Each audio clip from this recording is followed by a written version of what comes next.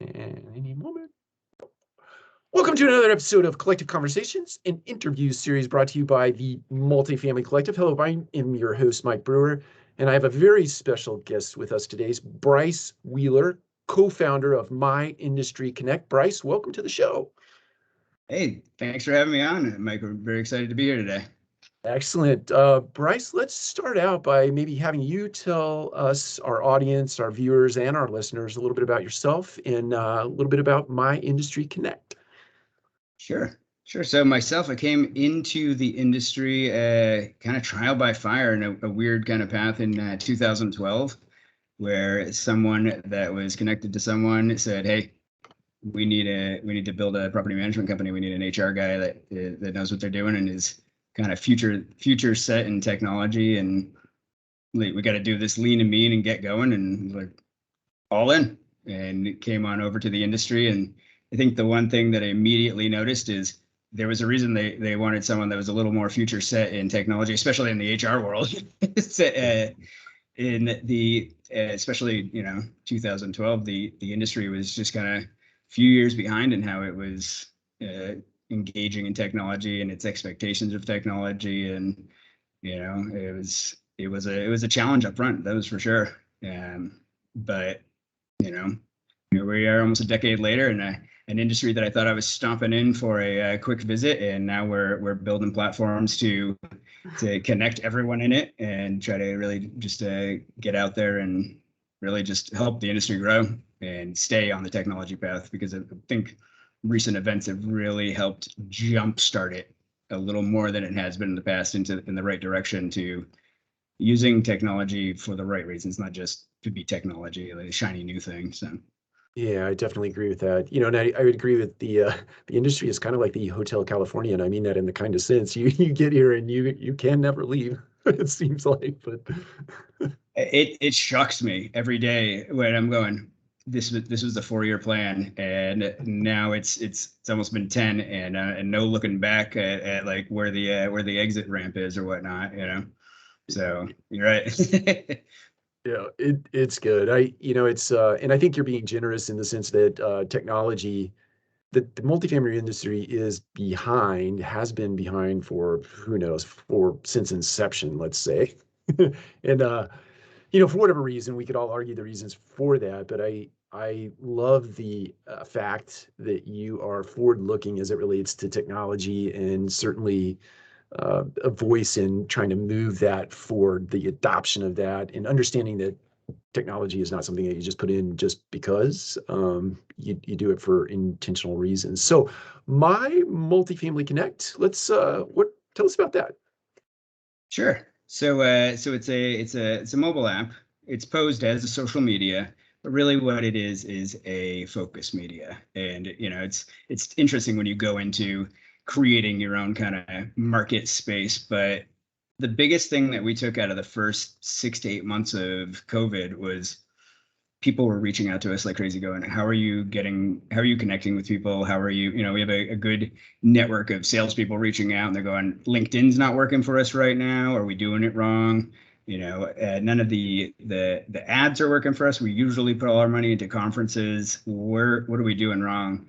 And then we were on some email trails that have thousands of people, and we kept seeing the same question coming up, hey, has anyone used this software? And then there's like 10 answers, and then 3 days go by and someone else asks the same question. And I have an email box that was just that email thread of all these thousands of people asking the same question. And I was like, I hate to say it, but they almost just need a forum directly for this. And, and a forum is kind of almost one of those 4-letter words in any kind of industry where it's like no one wants to hop into a forum conversation. But what we did was we built a social media platform specifically for this industry to house technology questions, operational questions, leasing questions. So there's discussion boards in there that behave in the same way as the standard social feed, but they're on, hey, I've got this question, and then people can go in and kind of answer as they like. Also, vendors, so if someone asks a question on, I'm going to make one up like PayClick or something to that effect, PayClick can come in and give some insight, like, hey, that's great that, people are using a product this way. You can also try this, that, these things will also maybe suit your need.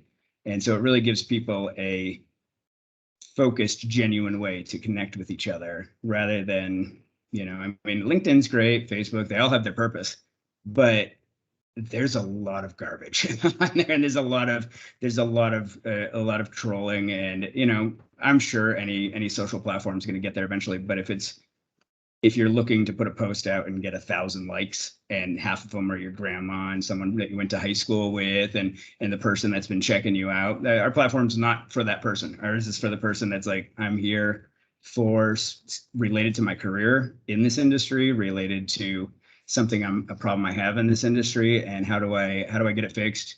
Who can I connect with? And that's what we've seen the most, is a lot of people connecting other people. They're like, hey, this guy's not on the app yet, but let me get you this person's contact information, or I'll have them get in touch with you. And what I really like, I see those conversations, I know that person's coming into the app pretty soon. It was like, they're like, I can get you in touch with someone that knows how to do that. And all of a sudden that's like one of the next user downloads in the app. And we just got it going in July. We had our influencers in there, which you just recently interviewed, Christy. Yeah. And we have Steve Wunsch and Lisa Odell and a few other ones. And they were our original testers, and just in there kind of rah-rahing it up and testing things. And we just opened the door we had a password in the way that no one could get past. We just opened the door on July 8th and just to see what would happen. And actually, it's funny, we picked July 8th because it's my wife's birthday, and any other day, we knew I would be like, looking at the numbers, looking at the downloads, like we should put an ad out or something. We're like, you know what, let's just do this super organic. Let's just open the door and not tell anyone and see what happens. And and people just started eking their way. And I still don't know how people are finding it, except for our unknown social media that probably has like 300 followers right now, that we just organically just kind of putting some posts out, and then people are just kind of streaming in. So about a month and a half in, we're creeping up on 1,000 downloads to an app that we're not really super talking about, and we're just, we're talking about it like this. This is probably be the most face time that the app has gotten, period, because we are just, connections of connections of connections, real organic, and then I think our biggest win has been helping other people. So we see they have someone got promoted in the industry, and we'll post it we'll share it out through our social, put a little thing about it in the industry wins section in our app. And, it's been a good little quick ride right out of the gate. So I think it's been fun to have a project that's fun and helpful at the same time. We're loving it.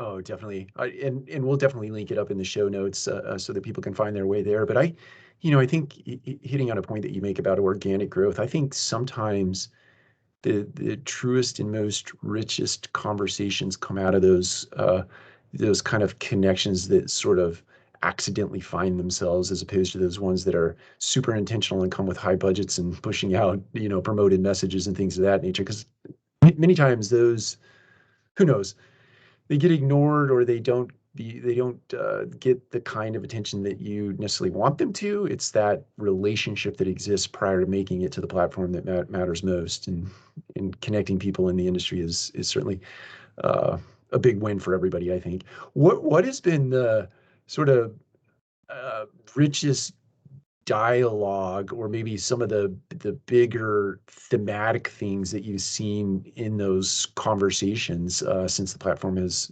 kind of gone live, sort of?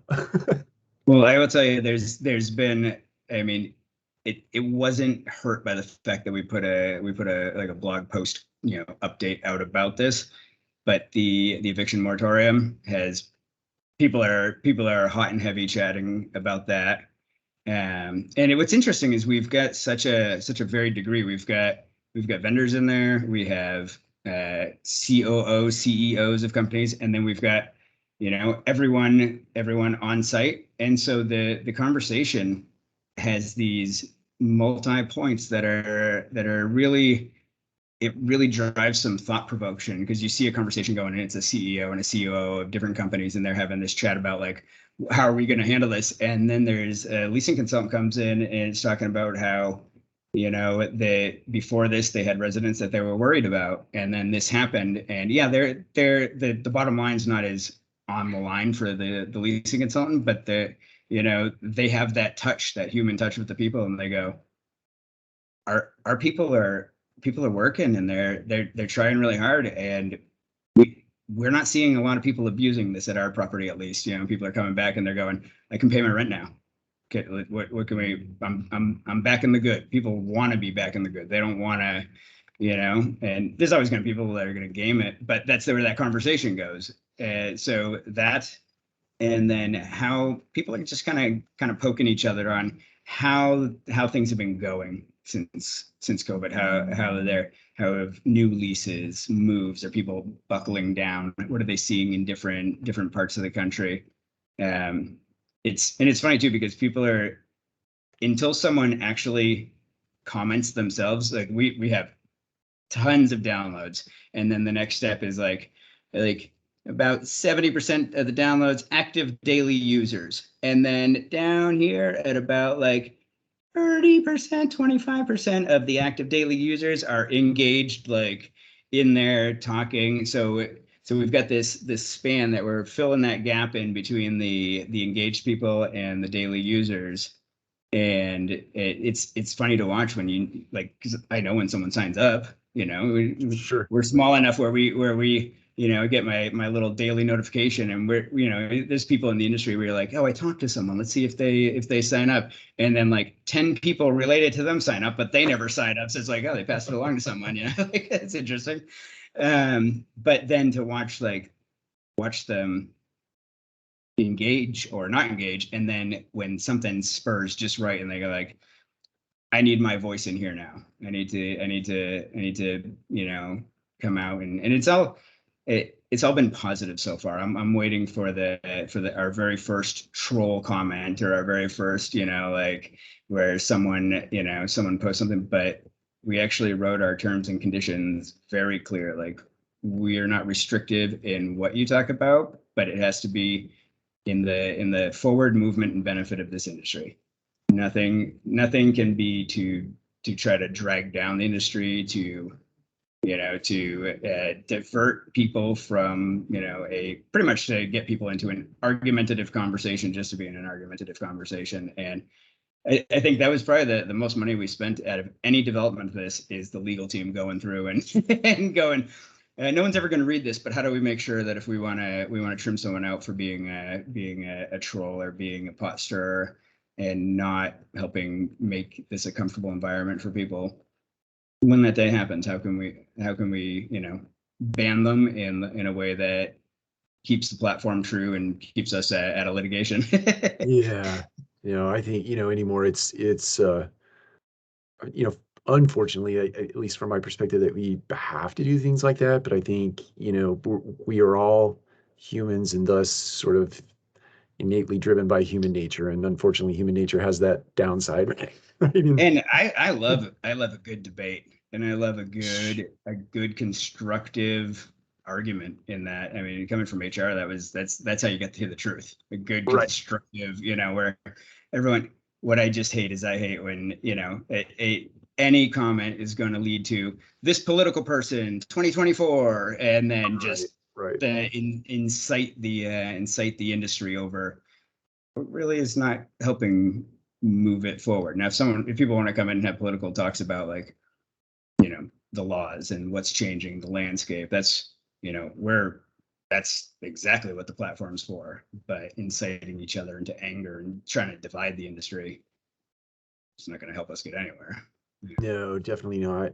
Definitely not. And I really like the idea that you've got this sort of broad mix of perspectives, and going back to the leasing consultant slash COO, or president of a company. Kind of, it's interesting to me in the sense that uh, you know types like myself who sit in a corporate office, and you think about the world the way you think about the world, and then you just think that when it gets down to an interaction between a leasing consultant and a customer, that your view of the world is how that happens, but that's not reality, right? It's the leasing consultant, those team members that are on the front lines probably have the best perspective as it relates to the policies and procedures and disciplines and routines you think about up here, and how they're actually going to translate on site. And to have a forum like yours where people can flesh that out, uh, I think that brings tremendous value. Oh yeah, well, and you think about it, your people that are, let's say they're in the trenches with your clients. I mean, they're the people that are, there when the client's dog gets off their leash and goes running around the property. They're going to stop in and be like, has anyone stopped in with my dog? And what you want is you want to understand your business from the perspective of empathy. People that have empathy for your customer, for your client, and really understand like their day-to-day life and how much a change would affect them.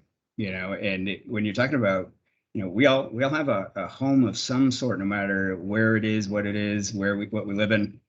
And if that's your safe spot, that's your sanctuary, and you're supposed to be able to feel pretty comfortable there all around. And if there's a change just implemented for a spreadsheet number somewhere that goes like, oh, well, we're just going to slap another set of 20 units in front of these ones, and all of a sudden your what was formerly your front yard has become someone's garage. And then yeah, and your leasing consultants, your property managers, the maintenance team, who gets highly underrated in how much they actually connect with the residents, especially since they're supposed to have that, like, oh yeah, we might be giving preferential treatment and breaking fair housing laws, so we got to act like we don't talk with the residents as much as we do. But those guys talk to the residents, know everything, when they come, when they go, what they're doing, and you need their voice. And that's where companies sometimes get really disconnected. And I do think this pandemic has helped flush some of those companies out of the offices to go like, we got to get a better understanding of what's going on, because what we think is going on, we're just floating along. It's just, it's been good days, and it's been happening because it's happening. And I think our platform has started to, and I think it's really posed to help open those conversations up in a way where it's more about you as the individual in the platform than your company. It's more about your voice and connecting. And I've seen a few connections that go through there where this person's getting poached and they're getting hired from the other company just by the conversations that are happening. And then it goes into a private chat conversation, and you're like, yeah, there's a company over there that's not going to love our app for very long. And I think that keeps happening. They've got great people that want their voice out there. And then for businesses, that have, right now we have free business profiles in there for any industry related business to come in and just present who they are. And, the audience is in there, and we've added, I think what is a critical thing is business reviews. Just a piece of reputation in there, and a spot where the person can identify when they're reviewing it, because I think this gets a little clunky in reputation management, whether they're an employee, a customer, a current or former employee, client of partner company where they B2B, so that the reviews sit right. You sometimes you look at a business and you're like, well, I get some pissed off employees, but it seems like their product is good. So do I want to do business with someone whose employees hate it? Probably not, but but the product is getting the highest ratings. So I think we've divided that out with one button click, like, what's your relationship to the company? And then also, would you be interested in them actually reaching out to you to fix this before this is posted? And to really give companies a chance to get an opportunity to fix things, or to make things right. Because I think that's where Yelp and a lot of those kind of platforms go wrong. Is it is what it is. You just, and sometimes it's like, I just want what's fixed. I just want what was wrong to be fixed. I like it otherwise. It's like this Airbnb, this thing's great. There was no gas, no hot water, no stove, and it was a gas oven. And I reached out to the guy, and the guy was like, I am so sorry. They can come out tomorrow and turn it on because it's too late tonight. But we also have another 3-bedroom around the corner, like 2 blocks over, and we can send over a ride for you to get you guys over there and get you all moved in and carry your luggage and everything. And I was like, I'm not going to be showering tonight. I'm not going to be cooking at 10 o'clock at night. I appreciate that. We love the place. If you can get the gas on, tomorrow so that we can, shower before the conference, that'd be great. And it's like, that's rather than leaving a review about that and saying like no hot water. And then it's a beautiful, beautiful place in a nice part of Chicago. And we could crush them with a review like that for a stupid reason, like something that they instantly found ways to fix for us, Right. To your point, you just want it resolved, and that's it, and that's okay.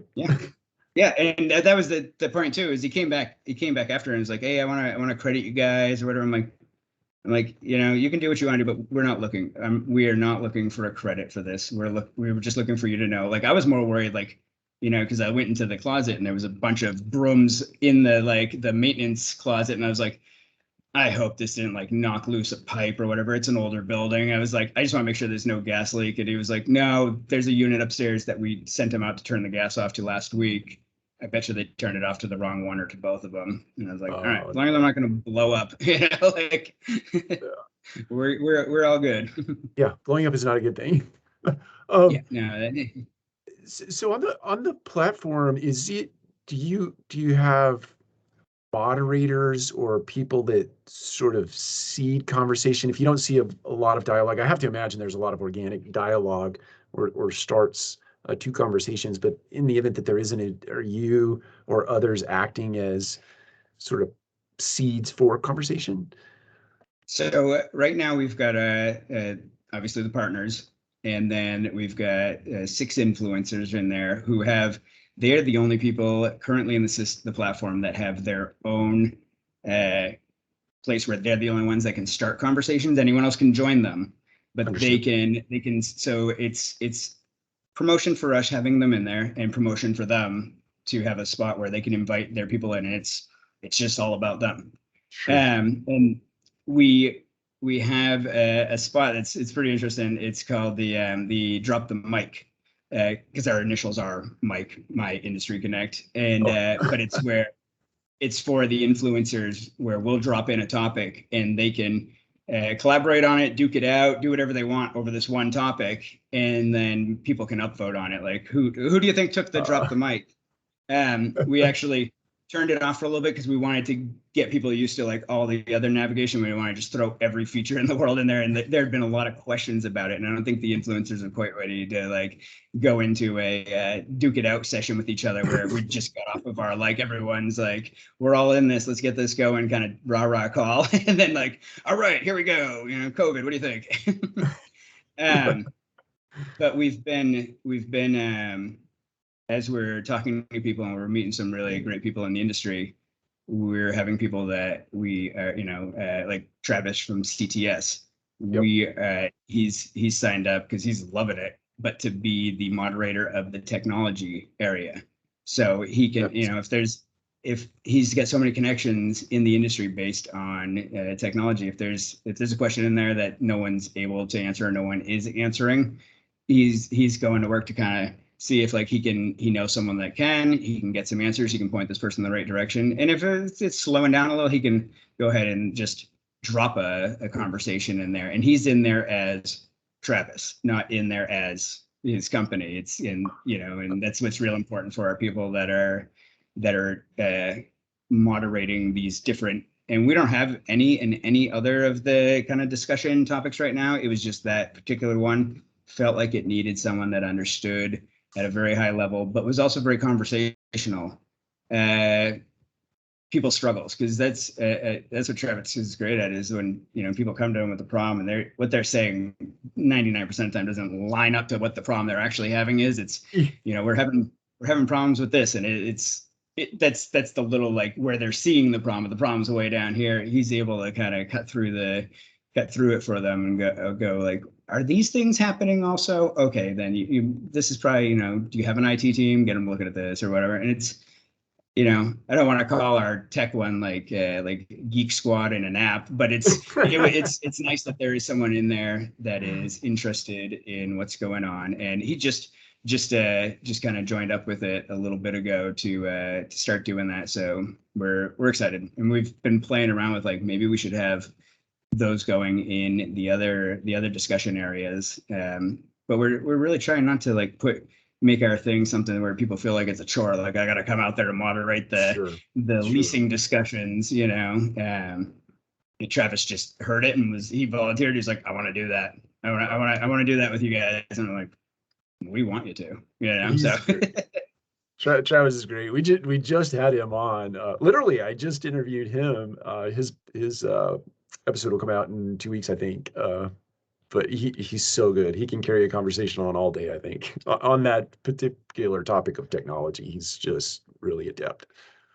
Yeah, my wife, who's in the industry, had worked with him and introduced us recently, because with all of our different kind of business ventures in the multifamily, we would get a lot of requests for a lot of what his company does, and we're kind of just shuffling them off. It wasn't, and I was like, let's find someone great that we can, instead of just sending people off, that we can know that we're sending either our clients to a trusted source or people that are looking for it. Even if there aren't our clients, they build a great relationship, then I'm sure at some point some of those will become our clients. And my wife is like, you got to talk to Travis. I'm going to connect you guys. And I was like, all right. And I got on the phone with him. We had one of those conversations where I'm like, actually, I'm aware of the time all of a sudden. I think I got kids getting home all of a sudden from school. I'm ever get off the phone.